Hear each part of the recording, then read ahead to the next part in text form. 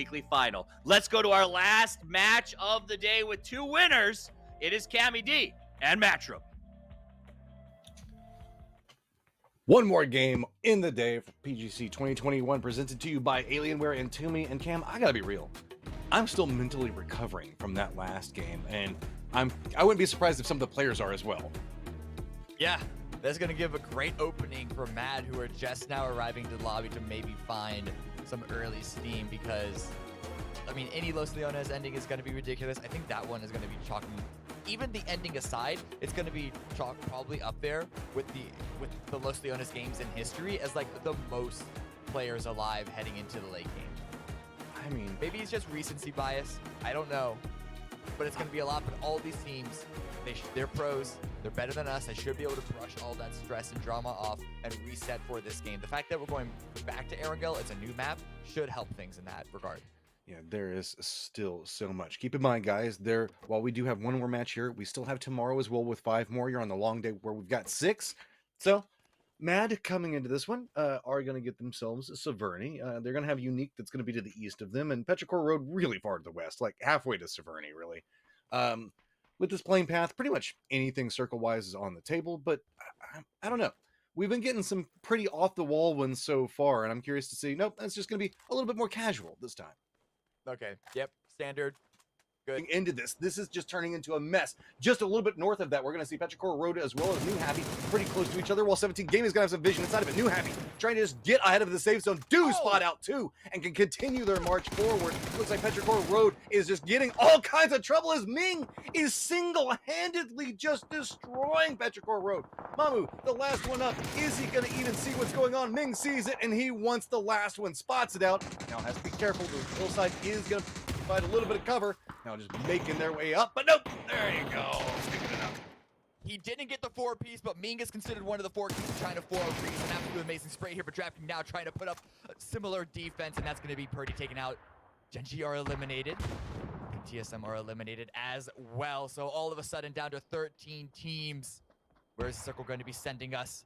Oath still holding down a central position, but will it stay center? Yes, it will. But all of the teams around the north, especially that northwest angle, they're going to be coming along, flooding along to their position. I mean, half the lobby is in the northwest right now, and they're all going to have to move in the safe zone.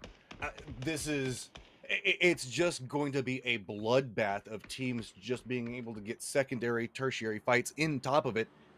And everybody kind of has a read on this. You can see that's why nobody is moving. Mad doesn't want to move forward because they're aware of how many threats are in front of them. Fury is aware that there's going to be teams coming in back behind them, so they want to try to clear it out. And then you have teams like Ghibli, they're just saying, okay, that's it. I don't even have anything to do with this anymore. Hopping in vehicles and just sending it around 17 to see if maybe they can get close enough. But guess what? That's going to put them even closer to Oath. I think they're going to stop just in time to use the hillside, but might have gone just a little bit too far. Kickstart gets a little bit of damage, but doesn't get the knock. That's the problem, though, because Oath are central. They don't have a lot of cover. Grenades are flying on in. Kickstart. It's not looking great for him, but Adder does go down to 17. That's going to mean that Ghibli need to focus on multiple angles. They might have the high ground over Oath, but 17 have relative high ground over them. And Lambu is now on the push to try and alleviate this pressure from the north. This is just going to be the name of the game. Every single time somebody takes a fight, another team is just going to come up right back behind them. Or you don't even have to be taking a fight. In the case of Game Home, who's run, or actually New Happy, that is rolling right into the thick of what's going on there. KPIs also got themselves a friend and UNIQ that's been strolling around them for quite a while. GEX starting to make their move, coming up right back behind. Mad is going to be New Happy that does get eliminated as Ghibli does spot him out. Now then, 17 has decided to not go the Ghibli direction. It is instead compressing into where we see it's going to be Game Home and Fury and Mad and GEX. This is just ending up into an even bigger fight. 17 with Ghibli. They want to sweep this western edge. They want these kills. Damage onto Game Home. But now they need to push up. A little bit of smoke to cover their path. And now on the exact same side of the circle, but on the opposite end of things, GEX sweeping in from the south. The blue zone is here. These guys have no more time. You have to take your fights. You have to move. You have to do something. Mad Clan does get eliminated, but is it going to be enough to provide opportunities for other teams? GEX might say, okay, I don't want to have anything to do with this one anymore, but Fury is caught up. There's too many teams around. They have to try to make a play into it, and Fury looking at him, coming in, spots out Game Home, has multiple members down, now moving in. It's just going to be 3007, already takes some damage, and does go down. It's going to be the Blue Zone that hits him for the last little bit. But with that firefight, guess what? 17 Gaming and Gex, GEX both coming in right on top of this one, and there's nowhere for Fury to go. Being picked apart from two different angles. Inside has a ton of bullets coming at him. It's going to be Xenon that takes him down. Just one member up, but it's going to be 17 that spots him out. And so now, just two teams left. GEX and 17 over here now have vision on each other, while we have Team Liquid coming up from back behind. Yeah, just when you thought that it was over, Liquid are entering the party. New challenger has arrived. They are extending out of the compound. They've been in there in safety for quite a while. GEX running out into the blue to take some damage to try and get their vehicle to perhaps recover or just some way to move into the circle safely. Ghibli, you can see on the map, running up to the north to try and pick Lambu up, and Xenon with an angle to 17 pinned down, or at least pushed away towards the north side. But Savior going down to Suju's going to make things a little more spicy here for GEX. 17 still having to contend with GEX positioning, as it's going to be Ghibli that's getting a little bit more of an idea. Team Liquid realizing the fact that they can do some work into this one. Little Ghost gets the damage on the other side of it. There's a couple long-range shots that are going to be coming to Ghibli, as well as getting fleshed out from Oath at range, but not involved in this fight just quite yet. GEX, looks like they a little bit long in the Molotov, but you got to admit, the arc is pretty close to try to go for Ghost. Does connect with the follow-up nade. GEX looking like they're managing to put in enough work to at least stall out 17, but keep in mind, Team Liquid is right back behind this. GEX, you have to make something. Yan Lee, there's so many people coming up from back behind you, and he's just going to go down. And now, what is Team Liquid going to do? Team Liquid should know that 17 are right next to them, just over this hill. But with the blue zone coming in, they can't just full rush into this fight. A little bit of damage back and forth. Suju wants to stick onto this, and James with a very nice spray is going to drop him to the floor. 17 in response. You can see looping over to the west side with a teammate in tow. Grenade did not allow the revive to come on through. Biza gets traded. Clip on low life, has to be cautious, but you can see 17's moving away from this one. James, the forefront of it, saying, okay, maybe a little bit too risky. Gonna go ahead and start molotoving the trees. Not gonna connect with 17, but at least gonna make sure that they have a little bit more clearance on what's going on. That's because James wants to make the aggressive play. He's coming in. Little Ghost already down, looking into what's happening. Gotta be cautious on it. He goes down, but it's gonna be followed up by Clip. There's still two members up for Team Liquid, but they have to step away from it. They're a little bit hesitant on what's going on. 17 is already down and out, but they have to get these reses as fast as they can. Sticking it right now, not even bothering to carry them into the circle first. That's just because they never know when an angle is going to be discovered by another team onto their position. We saw the fact that one of the down members doesn't even have a helmet anymore. How much damage have we seen Oath receive at this time? Meanwhile, Team Liquid far more aggressive in the west, looking down into Ghibli, and have to be a little cautious as Rimba does get the knock onto Mexi. Let's see with SONIQS how they want to respond. They only have one kill, but still 4 up, and that's the most you can ask for. Haven't had a lot of fights. Haven't been required to heal up. So many resources still left for them. Liquid backing away because of that knock, as you pointed out, and though Kickstart got picked up, Billfrost has gotten knocked again, so they still need to try and recover if they want to have a solid defense in the endgame. Blue is coming in. I don't know if this revive is gonna happen in time. So now looking into the line up, as you can see, Toe just gets the res, but doesn't get time onto it. EB's trying to pick him up. That's going to be a little bit of damage he's going to receive, just narrowly staying ahead of the blue zone itself. And I don't know, just decides to drop him. Say la vie, he's got to move forward. So now looks like Snickers is going to be able to get flushed out. SONIQS, who still have multiple members up and been playing the opposite side of this hillside, now have the capability to see what's going on and be very involved in everything that's going to be happening. It's going to be a double up from two different teams, Team Liquid and SONIQS, that do manage to take down Ghibli. KPI going to use the opportunity, as well as Kickstart going for the res, seeing if maybe he can stabilize a little bit of what's going on with Oath. But there are just so many teams, 4 different teams looking in Oath's direction right now. How do they survive in a situation like this? Gets knocked. Zilzin still trying to deal as much damage as possible. His final shot, I thought took out a Visa, but no, it's just there to confirm Clib, and now it is only one member for Liquid remaining. 7 kills. But in this format, today, it does not matter.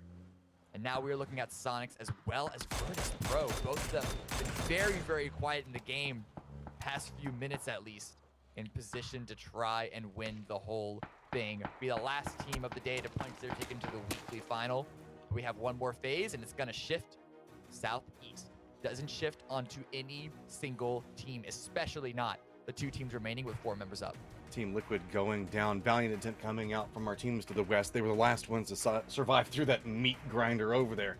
VP looking down inside the zone, trying to figure out how they're wanting to move in. KPI is aware of their positioning. SONIQS, though, have been the beneficiary of a couple of these circles going their way, as well as getting vision on what's going on. They're doing a good job of making sure to control the territory around them, just not as active as having, I don't know, 5 to 6 teams around them in any given firefight as it moves forward. VP, I think, looks like they might have decided how they're going to make their play forward, or at least try to get at least a reposition in the car for cover at this stage. SONIQS going to go ahead and move in a little bit more, using their vehicles for cover. Oh, kickstart gets the knock, and it should be a quick flush onto Mime.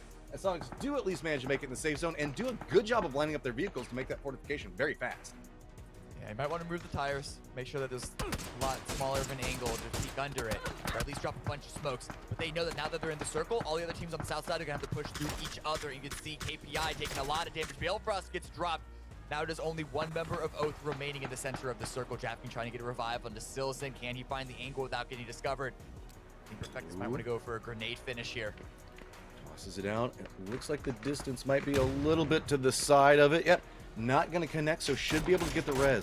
Perfectix going to get vision on it, but it's going to be H-Win that gets a follow-up knock into what's happening. DraftKings does manage to take down Perfectix, so Virtus Pro not finding an easy path inside the safe zone by any means. Finally, Lou is going to connect with the grenade and take care of KPI, who've been a thorn in their side for so long now. Now, VP has to reset as SONIQS is on the other side of it, and let's not forget about Kickstart, who is looking the direction of VP. Kickstart's still in the circle, just barely. And if VP and SONIQS focus too hard on each other, might be able to swoop in and clutch this thing out. Twin, the shots coming through. Oh, good knock.